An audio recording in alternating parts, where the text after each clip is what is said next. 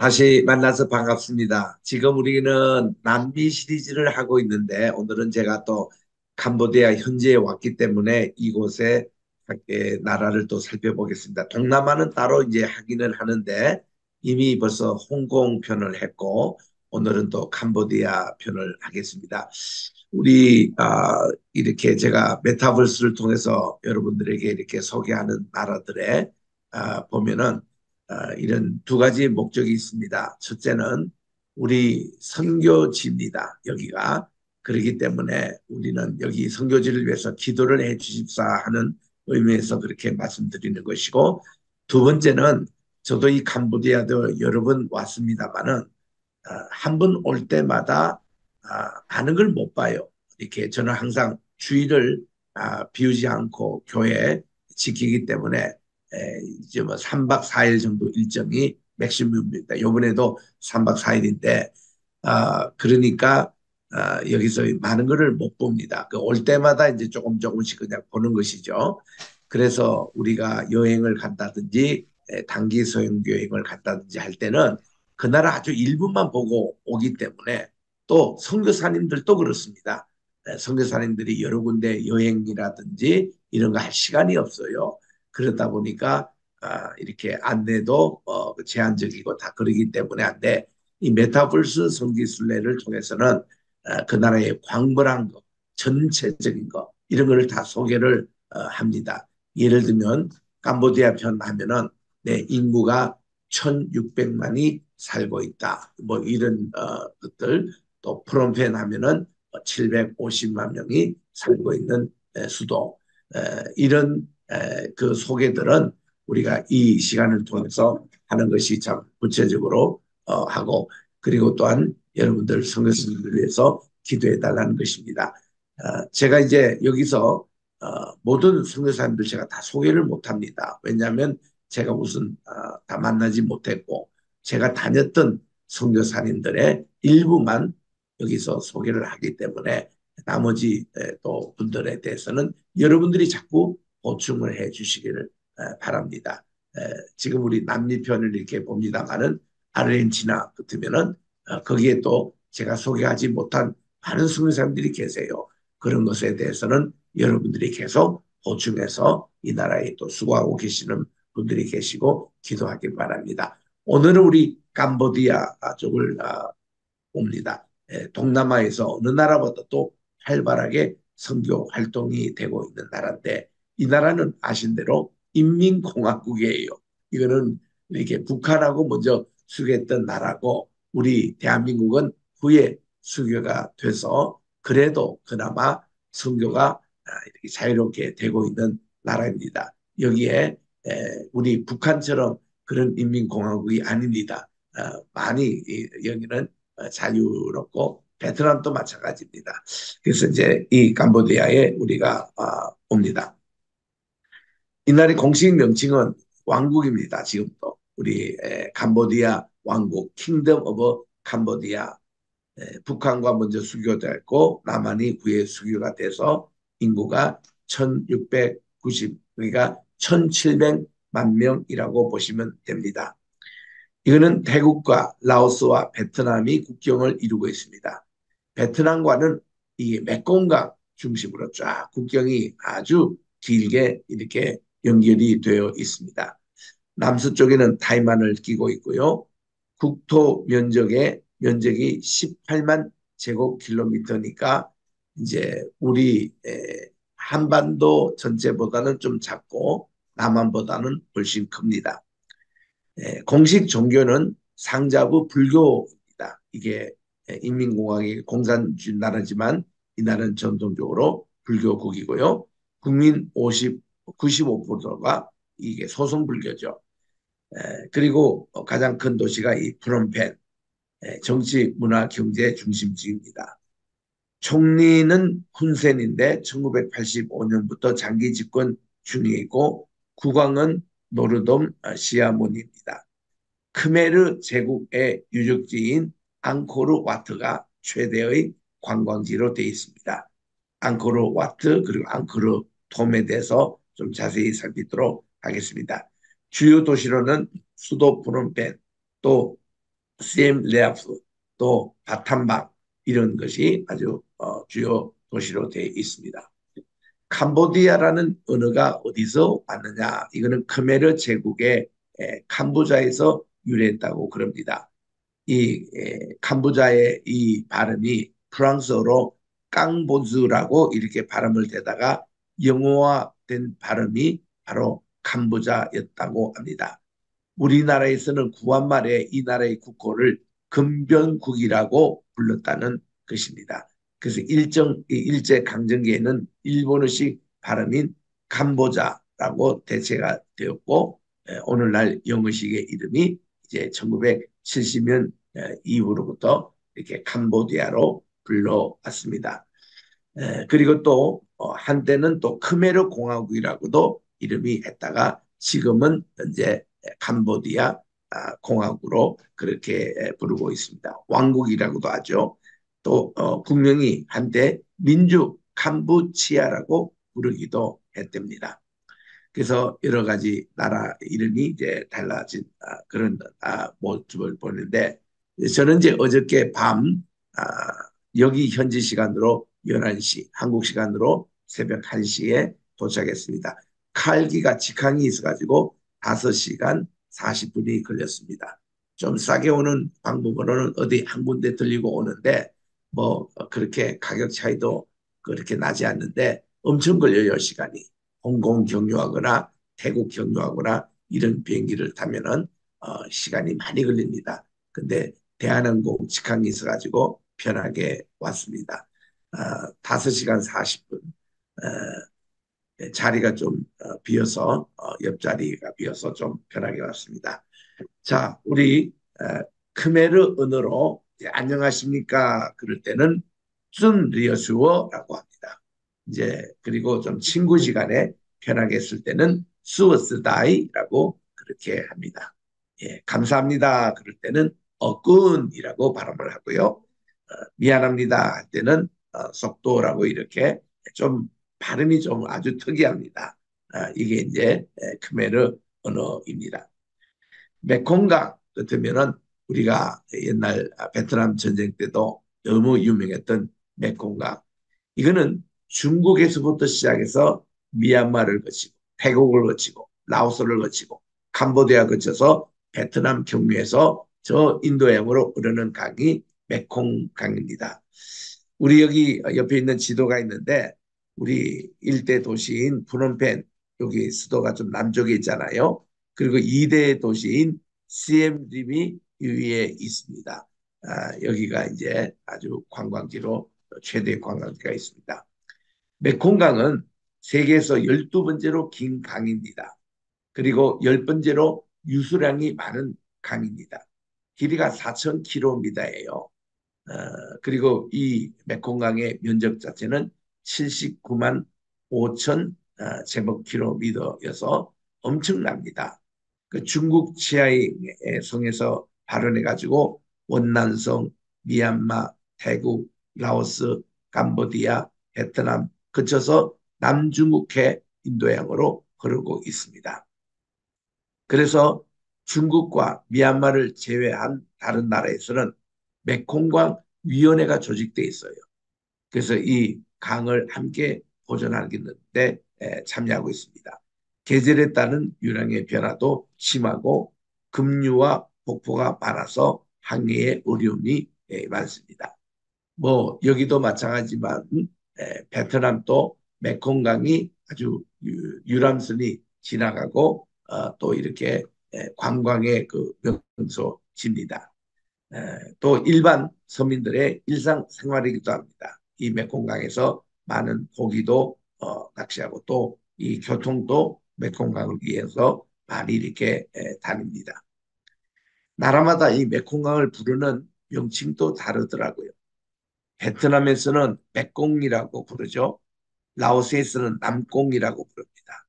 미얀마에서 메콩, 태국에서도 메콩, 그리고 이 캄보디아에서도 메콩도 하지만 또 톤레 메콩이라는 그런 말도 쓰고 있습니다. 하여튼 5개국이 부르는 명칭이 조금씩 차이가 나는 것도 우리가 볼 수 있습니다. 지금 옆에 있는 이 메콩강이 바로 이곳 프놈펜에 있는 메콩강입니다. 그래서 이 강 건너가지고 이렇게 또 투어를 할 수 있는 그런 곳이기도 합니다. 참 바람도 좋고 분위기도 좋아서 아주 그리고 야경도 아주 좋습니다. 메콩강에서 바라본 이 프놈펜 시가지가 아주 좋습니다. 1954년도에 프랑스로부터 독립을 했거든요. 고대 왕조인 분함부터 이어져 내려온 크메르 제국은 캄보디아의 문화적 정체성의 뿌리가 되며 크메르 제국의 마지막 수도였던 앙코르톰, 이제 조금 이따 우리가 봅니다. 여기에 있는 앙코르와트는 세계 7대 불가 사이에 유네스코 등재가 되어 있습니다. 참 여기 대단한 그런 관광지죠. 근데 이 코로나 때에 여기가 관광지가 완전히 죽어가지고 여기서 먹고 사시는 한국인들 뭐 식당이며 가이드며 이런 또 모습에 굉장히 큰 타격을 입었습니다. 그래서 여기에 있는 한인회가 그 이쪽 편에 있는 한인에게 많이 이렇게 지원도 하고 그랬던 적이 있습니다. 힌두교와 불교가 결합된 크메르 제국은 9세기부터 15세기까지 현재 캄보디아 지역을 넘어 동남아시아의 맹주로 국력이 정점에 이르는 적도 있습니다. 19세기 중순에는 프랑스식의 식민지가 건설이 되었고 바로 1954년도 2차 대전 후에 제네바 회담 이후에 어렵게 독립을 하게 됐습니다. 그리고 이후에는 킬링필드라는 유명한 크메르 루즈 내전 기간이 있었으며 200만 이상이 살해가 되는 아주 아픈 역사를 가지고 있습니다. 현재는 인민공화국으로, 그러니까 지금 베트남도 인민공화국이죠. 그리고 여기 이 나라도 인민공화국입니다. 그래서 공산당이 이렇게 차지하고 있고 정치 제재를 운영하고 있습니다. 근데 베트남이나 이 나라나 공산주의는 해도 상당히 좀 개방적인 공산주의입니다. 이렇게 시장 경제를 도입하고 있고요. 그리고 자유민주주의를 많이 본다고 있습니다. 영어와 프랑스어를 제2 외국어로 사용하고 있습니다. 크메르 루즈 통치 기간에 발생한 학살과 이후 발생한 내전으로 같은 민족끼리 죽고 죽였던 아픈 역사로 인해 남들은 알 수 없는 깊은 슬픔을 가지고 있는 것이 이분들입니다. 그 이분들은 우리 한국 선교사님 참 좋아해요. 우리 한국 선교사님들이 한국도 일제강점기도 지나고 많은 슬픔을 함께하기 때문에 이런 관점에서 여기서 복음을 전하고 또 이렇게 의료 선교를 하고 또 이렇게 구호 분전달하고 굉장히 한국 선교팀을 환영하고 좋아합니다. 그래서 많은 선교사님들이 여기에 활동하고 계십니다. 기독교는 화해와 용서의 이 가르침을 하기 때문에 이분들이 많은 것을 감명을 받는다고 그래요.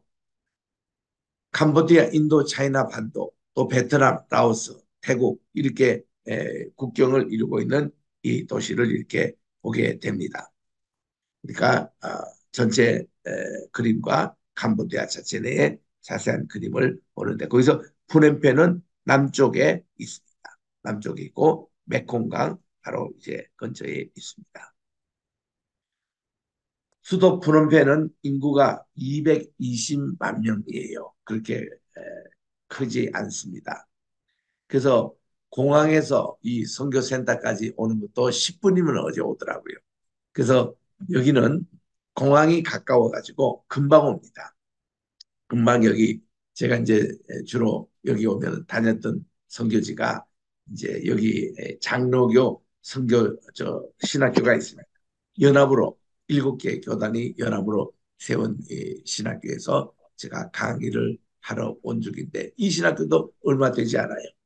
또 여기서 이제 제일 또 유명한 헤브론 병원이 있죠. 여기가 그것도 바로 캠퍼스 앞에 있습니다.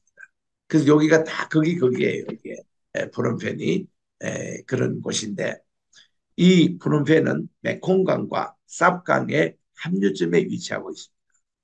프랑스 식민지 시대 때는 아름다운 거리의 풍경이 그대로 남아있어요. 프랑스시. 야외에서 카페를 마신다든가 프랑스 음식점이 있다든가 또 여기에 많은 식당에 보면 음식이 프랑스 요리들이 많이 있습니다. 또 왕궁이 있는데 여기는 현재도 캄보디아 국왕이 살고 있습니다. 푸놈펜이라는 명칭은 이 거리에 언덕에 세워져 있는 사원인 와트놈에서 유래한다고 그래요. 그래서 푸놈펜, 이거는 펜의 언덕이라는 의미로 펜 부인은 믿음이 불교 믿음이 아주 깊은 여성으로 강을 따라서 흘러온 불상을 극진하게 모셔서 그 자원을 왓푸놈이라고 불렀답니다. 그래서 이것을 푸놈펜이라고 명칭을 하고 있습니다. 여기가 이제 이게 이 푸놈펜의 가장 심장부에 위치한 왓푸놈 사원입니다. 그 왕궁이 옆에 있고요. 그래서 이 펜부인이 불상을 극진히 모신 그걸 여기서 여기에 있습니다. 푸놈펜의 왕궁의 모습입니다. 국왕이 살고 있는데 아주 유명한 관광지로 되고 있습니다. 또 동양의 파리라 그러면 이제 프랑스 가면은 이게 그 다리가 유명하지 않습니까? 이 다리가 유명한데 여기도 프랑스식의 다리를 이렇게 해서 모니봉 다리라고 이렇게 지었습니다. 1975년 4월 17일 날 크메르 루즈에 의해 함락당하면서 다수의 희생자가 나왔습니다. 그래서 이 주변에 바로 킬링필드가 있어요. 여기에 이제 모습을 우리들이 볼 겁니다. 1866년에 왕궁이 건설이 돼서 우동으로부터 이 푸놈펜의 전도를 단천도를 단행했다고 합니다. 원래 우동에서 이쪽으로 수도를 옮겼습니다.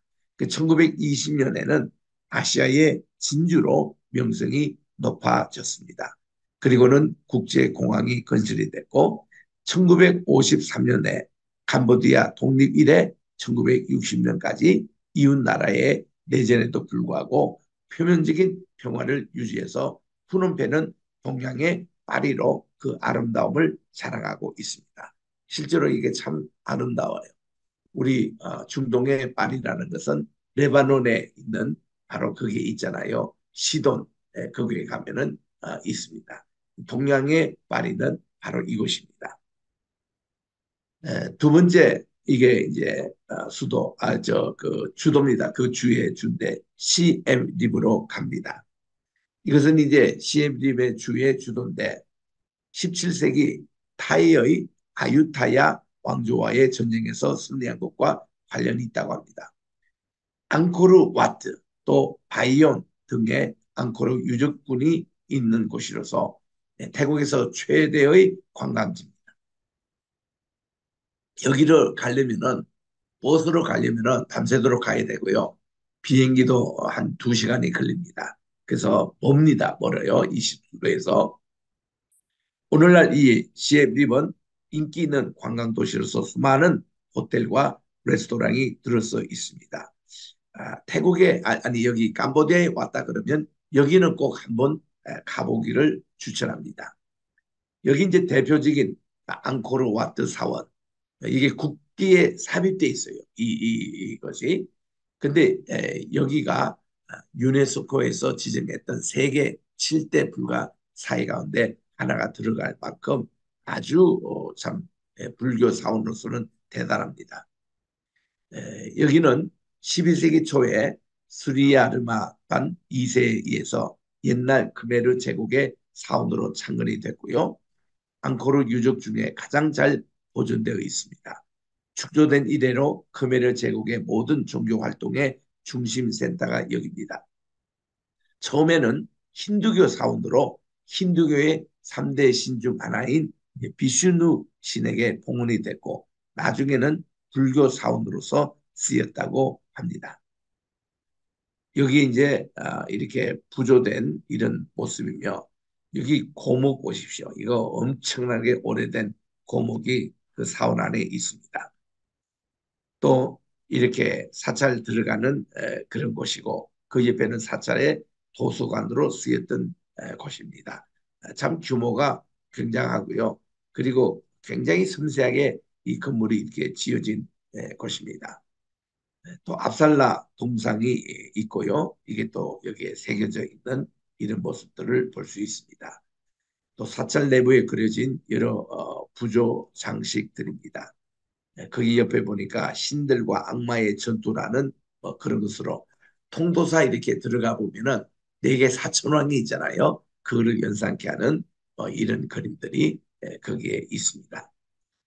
이런 부조 장식들을 이렇게 보는데 굉장히 이런 게 섬세하게 이렇게 되어 있습니다. 이런 부조와 벽화에 있는 대로 중앙 성소에 있는 이 비슈누 이상이 이게 이제 힌두교의 3대 신 가운데 하나입니다. 이것 때문에 상자부 불교예요. 이게 캄보디아의 공식 종교입니다. 약 인구의 95에서 98%가 여기에 속해 있습니다. 그래서 참 이렇게 신앙 전하기가 힘드는 것이 이런 이들은 범신론을 믿기 때문에 복음을 전하고 또 이렇게 예수님을 전하면은 다 받아들여요. 그러나 그들은 여러 신들 가운데 하나로 이렇게 받아들입니다. 그래서 진정한 전도람을 할 수가 없습니다. 솔소송 불교에 있는 사람이 대부분이 그렇습니다. 이 나라도 그렇고 태국에도 가도 예수님의 십자가 함부로 전하면 안 됩니다. 십자가 전하면 반응이 뭔가 하니 아니 예수 선생은 전생에 무슨 죄가 있길래 이 현생에 십자가에서 죽는고 이렇게 질문하고 그렇게 받아들이기 때문에 이들에게는 부활이라는 이거를 강조해서 복음을 전해야 됩니다. 하여튼 여기가 이제 1.1%가 무슬림계고 기독교는 0.5% 대단히 저조합니다. 그래서 대부분 여기는 이제 소성 불교 국가입니다. 시에립의 앙코르와트 사찰, 저녁에 해질 때의 모습, 또 아침의 모습 이런 여러 가지 모습들을 볼 수 있습니다. 참 세계적인 관광지죠. 여기 이제 3층에 오르는 계단이 있습니다. 이것도 저들이 종교의식으로 행하고 있고 또 여기 현지인은 코끼리 타고 또 이렇게 와서 이 사찰을 보는 분도 있습니다. 이 전체 그 전경의 모습들 그리고 가까이 가면은 이런 기둥들을 조각으로 새기고 있는 모습들 참 이게 대단한 관광지입니다. 아까 봤던 거목들 고목 그리고 이거는 이제 그 최대 호수인 그쪽으로 들어가는 곳인데 들어가는 그 입구도 이렇게 숲풀이 이렇게 우거져 있고 아주 정글로 되어 있습니다. 이런 모습들 최대 호수의 일부 그리고 거기 조각입니다. 참 물축제를 할 때도 보면은 이 본온독이라고 그렇게 얘기하는데요. 이 각지에서 이렇게 와서 컨으로 가지고 축제를 벌이는데 이 장관입니다. 1년에 한 번씩 그런 물축제도 이 지역에서 하고 있습니다. 자연 사원도 유명하거든요. 이거를 따푸놈 사원이라 그러는데 따푸놈 이렇게 읽습니다. 여기도 아주 또 대단한 규모로 또 관광지에 속해 있습니다. 동남아시아의 최대 담수 호수라고 그게 있는데 이게 이제 1600 평방킬로미터예요. 그러니 뭐 엄청난 양입니다. 뭐 한 국가라고 할 수 있는 그런 면적이 이렇게 있는데 깊이가 9m입니다. 그렇게 깊지는 않습니다. 이게 이제 도렌 사포호 또는 똘레 삽호라고 이렇게 현지 발음을 하고 있는데 캄보디아에 위치한 호수로 주요 하천과 연결이 되어 있습니다. 이게 똘레 사포호는 인도 아시아의 이 지역 대륙과 아시아 대륙의 충돌에 의해서 일어났던 지질학적인 충격으로 침하돼서 형성된 호수라고 알려지고 있습니다. 참 거대한 담수호 호수입니다. 이 지역 주변에 많은 사람들이 집을 짓고 살고 있고 또 호수는 맑지 않지만 항상 황토색을 유지를 합니다. 많은 물고기들도 살고 있습니다. 또 이제 깐풍필 파고다라는 이런 탑 이게 또 여기에 있습니다. 이게 이제 바탕방이라고 3대 도시에 속해 있습니다. 이 바탕방에도 관광지인데요. 이런 뭐 불상이며 이런 사찰들을 많이 볼 수 있는 지역입니다. 불교 신자들이 많이 방문하는 곳입니다. 바탕방의 관광 명소들 또 이렇게 사는 지역 주민들의 모습들.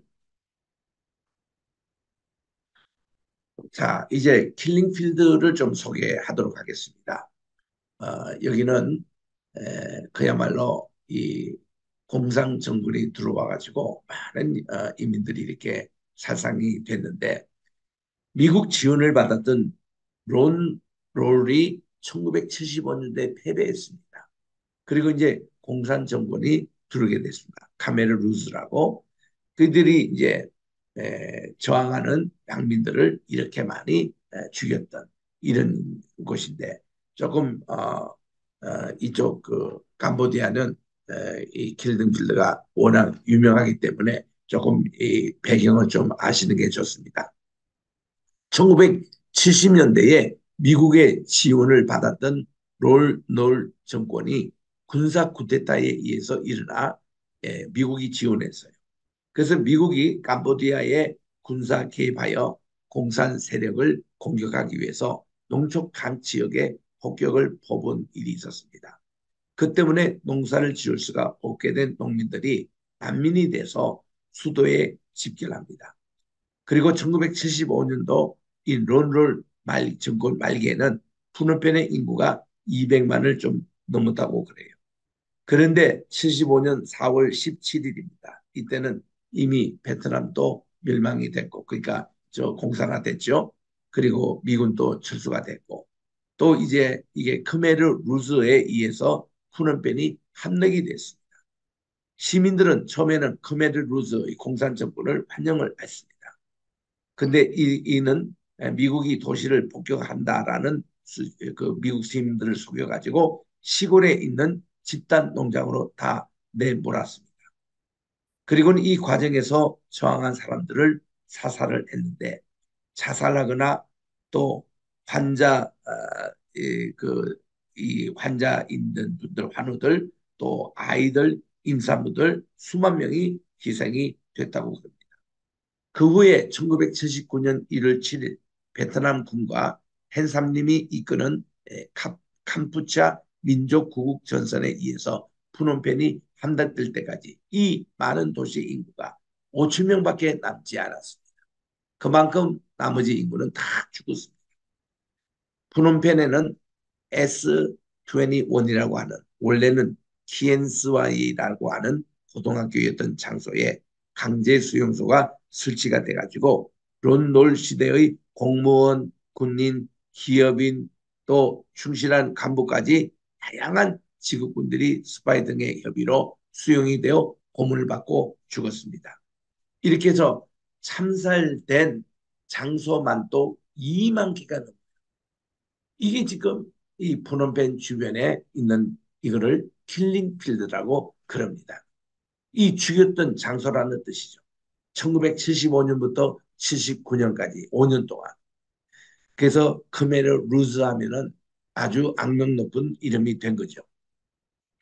이렇게 해서 2만 개 이상의 이 지역이 이제 발견이 됐고 또 DC캠 매핑 프로그램과 예일대학의 조사 결과에 의하면은 130만 명이 죽었다 이리 발표가 됐고 그러나 이것을 전체 추정하면은 200만 정도는 충분히 살해가 된 걸로 그렇게 결론이 나고 있습니다.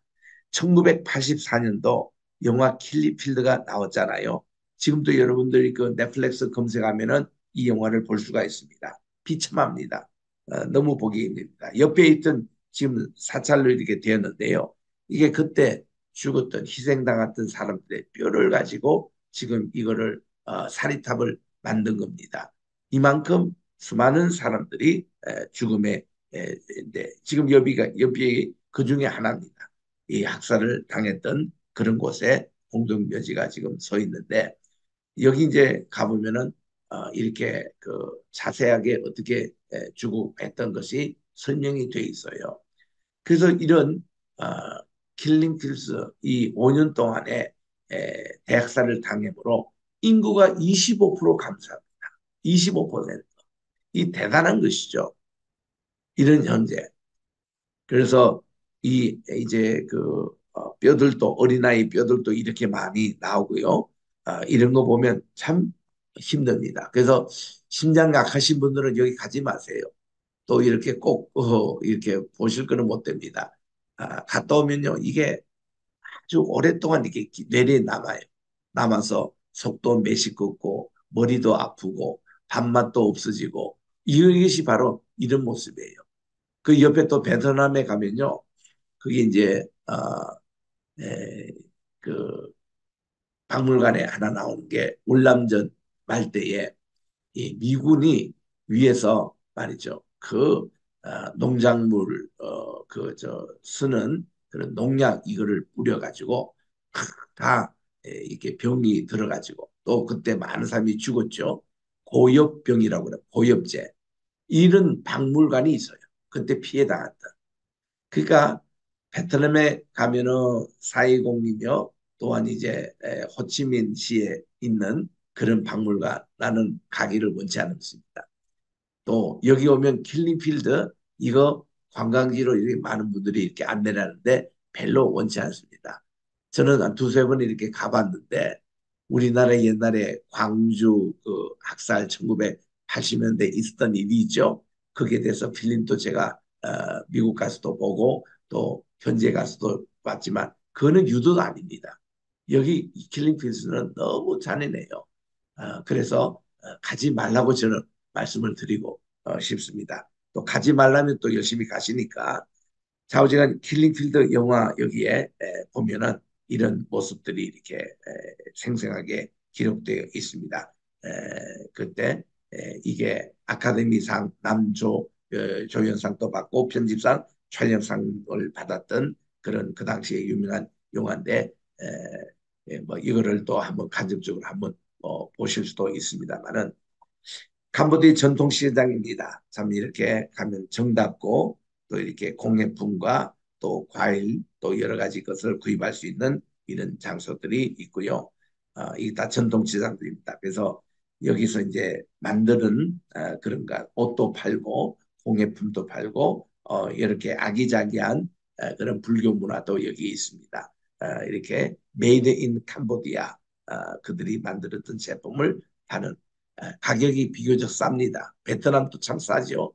베트남은 유명 브랜드도요. 우리 한국보다도 한 2분의 1, 3분의 1 가격이기 때문에 쇼핑 엄청 많이 하고 가죠. 우리 캄보디아는 그만큼은 아니지만 나름대로 또 여기도 물건이 쌉니다. 공예품, 필수품 이런 것도 한번 볼만하고요. 그리고 여기 이제 해변가도 있으니까 그 오투레스 비치 같은 데 가보면은 뭐 하와이 온 것 같습니다. 너무 아주 어, 좋습니다. 여기서 많이 이렇게 수영도 하고 며칠씩 쉬기도 하고 아주 좋은 곳입니다. 캄보디아의 이런 오투레스 비치가 아주 대표적인 해변가로 있습니다.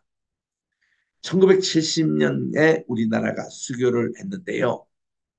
이 킬링필스 이것 때문에 단결을 했습니다. 그때 공산 정권이 잠깐 들어와서 그러나 이제 그 후로 이 킬링필스 후에 이 캄보디아가 또 제대로 이렇게 민주주의식으로 이렇게 수용하고 해서 다 수교를 했어요. 우리 동남아에 있는 나라. 근데 우리나라가 제일 마지막 지각했습니다. 1997년대에 다시 수교를 했어요. 이것 덕분에 우리 그때부터 선교사님들이 많이 들어와서 지금 자유롭게 선교 활동을 하고 있습니다. 여기 캄보디아에 있는 분들은 한국에서 오신 기독교 선교사를 대체로 환영하는 분위기입니다. 너무 오셔서 구호분도 많이 나눠주시고 의료 선교도 하시고 또 교육 선교도 하고 그래서 우리 한국 그 선교사님이 여기서는 인기입니다. 그래서 공항에서도 이렇게 올 때 한국에서 오신다 그러면은 그렇게 까다롭게 굴지는 않습니다. 그 대신에 어제도 보니까 비자비는 30불이에요. 그거는 누구나 외국인들은 다 비자를 공항 현지에서 받아서 오십니다. 한국에서 그 비자를 받으려고 하면 아주 며칠 걸려요. 그렇게 귀찮는데 여기는 공항에서 이렇게 다, 뭐 인도, 여기 동남아가 되게 그렇잖아요. 그 비자를 요구하는 나라는 공항에 와서 직접 이렇게 비자를 발급받는 것이 편합니다. 그래서 우리나라가 97년도에 다시 재수교됐다. 요 해가요, 우리나라로서는 IMF를 막 지나고 그 다음 해에 이제 이렇게 캄보디아와 지금은 5천 명의 사람이 살고 있습니다. 굉장히 많은 분들이 살고 계십니다. 그리고 푸놈펜 여기 수도만 또 4천 명이 살고 계셔서 한해의 내가 활발하게 움직이고 있습니다. 아까도 제가 말씀 잠깐 드린 대로 코로나 때에 그 CMD 거기가 앙코르와트 사원 그거 관광이 완전히 차단됐어요. 그러니까 거기서 우리 많은 교포님들이 이렇게 식당업을 하시고 여행업 하시고 하는데 굉장히 생활이 어려웠습니다. 이때에 여기 프놈펜에 있는 교포들이 거기서 또 이렇게 구호품도 전달해 드리고 이렇게 힘을 실어 드린 적이 있습니다. 함께라면 이런 것으로 우리는 이프트게 우리는 이렇게 함께 가자 이런 내용이죠. 그래서 이 시에밀리 거주의 한인 인구가 200세대가 살고 있답니다. 여기도 거기에 가보면 신학교도 있고 그리고 많은 선교지 우리 또 교회가 있습니다. 한인 교회가 우리 캄보디아에 있는 많은 우리 한인들이 어디에 여기는요 동양에서 제일 큰 섬유 협회가 있기 때문에 이 섬유를 수출하는 그런 기업들이 우리 한국 기업들이 많이 계십니다. 이분들이 다들 수고를 많이 하시는데 이것은 이 캄보디아의 이 저 섬유 산업은 120억 불 중에서 74%를 차지하는 이런 엄청난 그 수출 품입니다. 이거를 많이 이렇게 해서 이렇게 한 번씩 상공회에서 모임을 큰 모임을 갖곤 합니다. 우리 이제 여기에 대표적인 것이 캄보디아에는요 7개 교단의 그 장로교가 모여서 이렇게 연합 이게 신학교를 세웠습니다. 2004년도에 개교를 했는데 이게 장로교 신학대학입니다. 제가 김재규 총장님, 지금 현재 총장님 전입니다. 이 총장님이 계실 때 제가 와서 여기에 강의를 했습니다. 그때 학생들이 150명 내지 200명 모이더라고요. 그리고 그 식당에서 우리가 그 기숙에서 머물렀는데 식사는 인원만 해도 수백 명이 식사를 하시고 또 교수님들이 이 20명 이상 되는 많은 우리 선교사님들이 봉사를 하고 계시는 모습인데요. 이 학교가 개교하고 나서 초대 총장은 문찬식 총장님이셨습니다. 그리고 그다음 전호진 총장님이 이 학교를 크게 이렇게 키우셨어요. 그리고 김재규 총장님이 오셔가지고 학교 종합관도 세우시고 체벌도 세우시고 기숙사도 많은 건물을 지으셨다가 두텀 하시고는 이제 은퇴를 완전히 하셨죠. 그래서 우리 여기 그림에 보이는 것이 채플이고 또 이쪽은 기숙사 식당 건물입니다. 그 바로 학교 앞에 헤브론 병원이 있습니다. 2007년대 개원된 것인데요. 여기는 우리 주로 한인 우리 선교사님들, 의사 선생님들이 오셔서 선교를 하고 계시는 곳으로 여기 캄보디아에서는 최대의 병원이죠. 제일 아주 좋습니다. 시술도 좋고 여기서 심장병 수술이며 각종 수술이 여기서 실질적으로 이루어지고 있습니다. 아주 급하고 또 중요한 그런 수술은 한국에 가셔서 하지만 교포들도 주로 여기서 많이 하는데 저도 제 신학교에서 마지막 날 제 발을 또 다쳐가지고 이렇게 여기 급하게 응급실에 가서 치료를 받은 적이 있습니다. 그래서 헤브론 병원 하면 저에게도 아주 추억이 있는 그런 병원이기도 합니다. 1900 선교사님들을 이제 보겠습니다. 1997년 9월입니다. 이때 우리나라 수교한 지 얼마 안 됐을 때인데 오영석 선교사님이라는 분이 계십니다.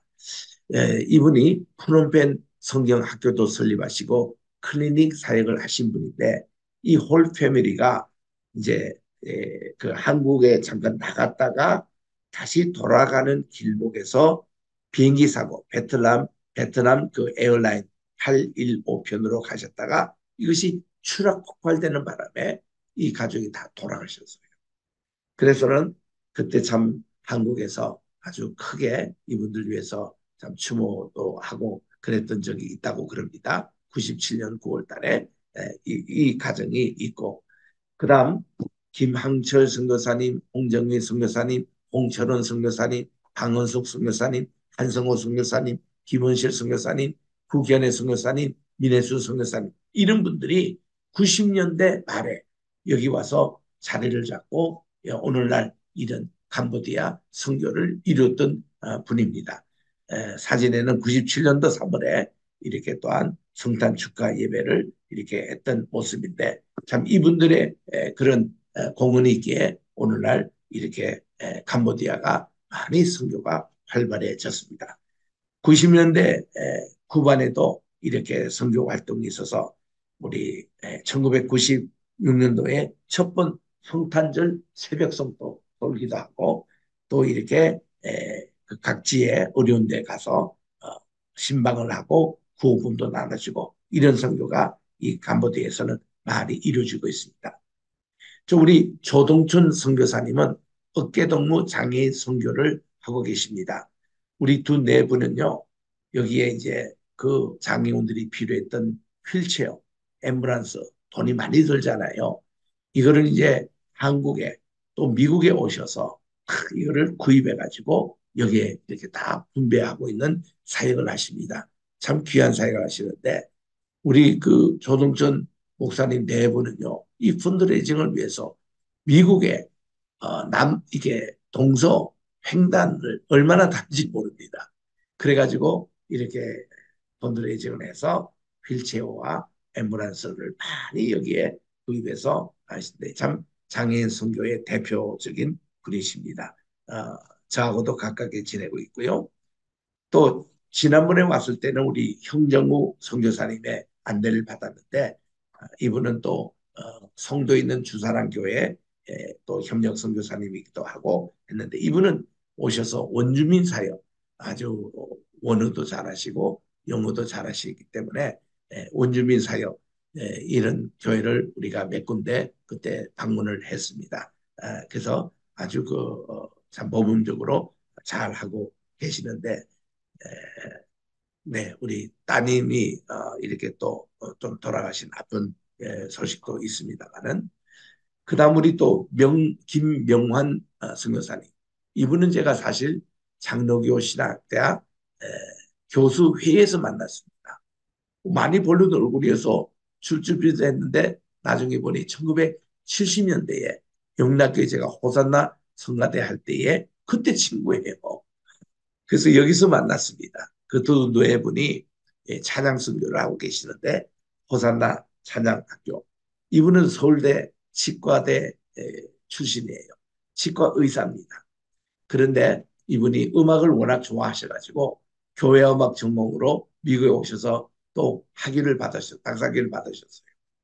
그래서 찬양 사역으로 이 캄보디아에 오셔가지고 2012년부터 사역하시는데 이거는 미국 교회에서 파송받은 선교사입니다. 그러니까 미국에 있는 한인교회가 아니라 미국인 교회입니다. 그래서 파송받아서 오셔가지고 아주 찬양을 이렇게 하는데 이 찬양팀들이 한국에 가서도 공연을 하고 또 여기 현지에서도 많은 공연을 하고 있습니다.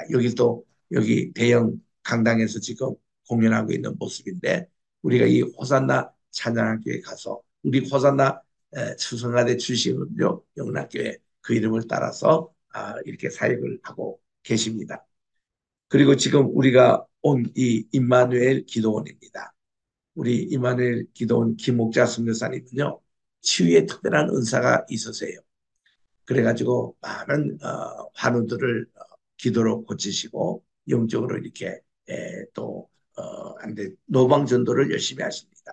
그래서 무숙자들 이렇게 거리에서 힘드는 분들 이런 분들에게 찬양을 통해서 말씀을 통해서 그리고 기도원에 초청해서 지금도 이 기도원에 계신 분들이 한 30명 정도 계신다고 합니다. 이 현장에서 우리가 이제 신학교도 하려고 하고 또 우리 전도 집회도 이렇게 하는데 정말 많은 수고를 하고 계십니다. 어저께 우리 공항에 도착하니까 바로 이 임마누엘 교인들이 나오셔서 어, 여러분들이 나오셨어요. 그래서 이렇게 우리를 환영해 주시고 그랬습니다. 그리고 또 망고와 자몽을 또 대접해 주시는데 얼마나 맛있는지 저도 뭐 남미에 자주 다녔기 때문에 망고 맛은 알거든요.